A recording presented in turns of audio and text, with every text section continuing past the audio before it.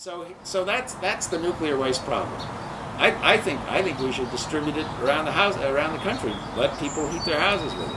It's not, it's no more dangerous than having explosive natural gas in your house. So this is how we have hung ourselves up for the last 20 years over nuclear energy in the United States. We think there's a nuclear waste problem. And the problem is that we just aren't dealing with it as recyclable, reprocessable material. The French have done a wonderful job of that, and they'll probably be willing to teach us how if we ask them. When I ask them, they say, "Well, it's your technology. We just put it into effect. You're the ones who figured all this out." And then they kind of smile their Gallic smiles and say, "Too bad, too bad."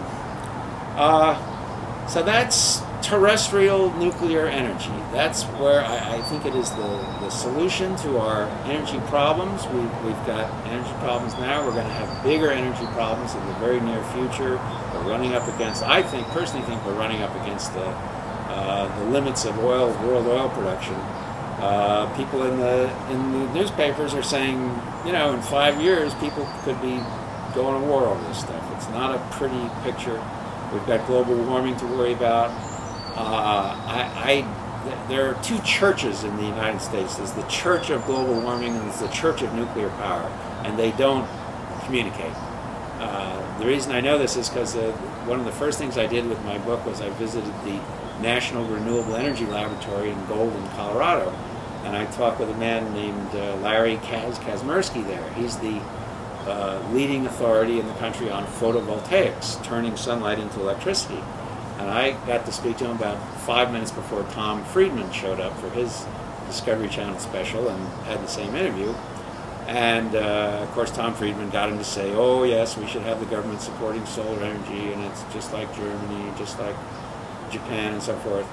I talked to him about 5 minutes, and I finally said, what's your take on this whole energy thing?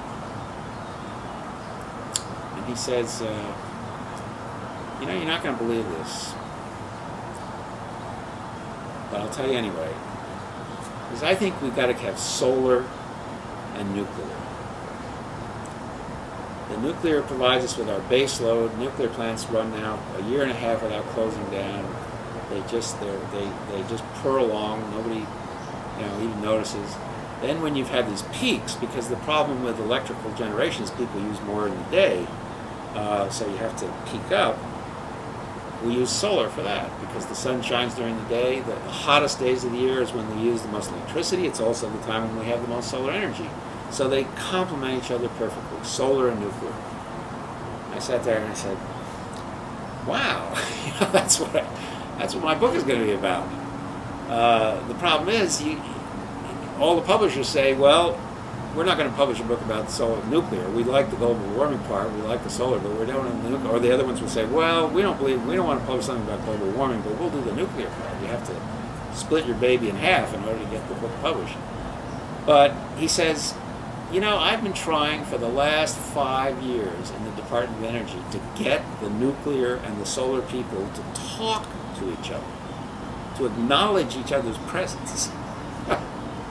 He said they hate each other.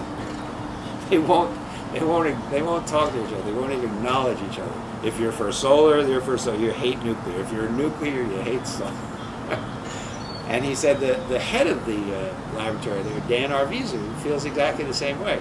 But he says, I said, "Why don't you say this?" He said, "Well, the press. If I say this to the press, they'll just, it doesn't fit their mode. They're in the same format. It's either one or the other." And sure enough, Tom Friedman took him away from me 5 minutes later and went out in the solar garden there, the exotic flower garden of all the solar collectors they're testing. And he said to him, "So the reason we're not doing solar in this country is because the government won't support it, right?" And the director says, let him say it. Let him say it. Okay. So we do it over again. So he gets Kazmersky to say that, never mention a word about nuclear. I talked to him in the parking lot. I said, "I'm doing nuclear." I said, "Have you done anything about nuclear?" "Nuclear? What's that?" You're for one or the other. So I hope you buy the book and find out more about this wonderful, exciting subject. And I think it's in a very exciting, wonderful future for all of us if we learn to understand it and live with it, and realize how scientific discovery has once again carried us forward toward a more prosperous and healthy and enjoyable life. Thank you very much.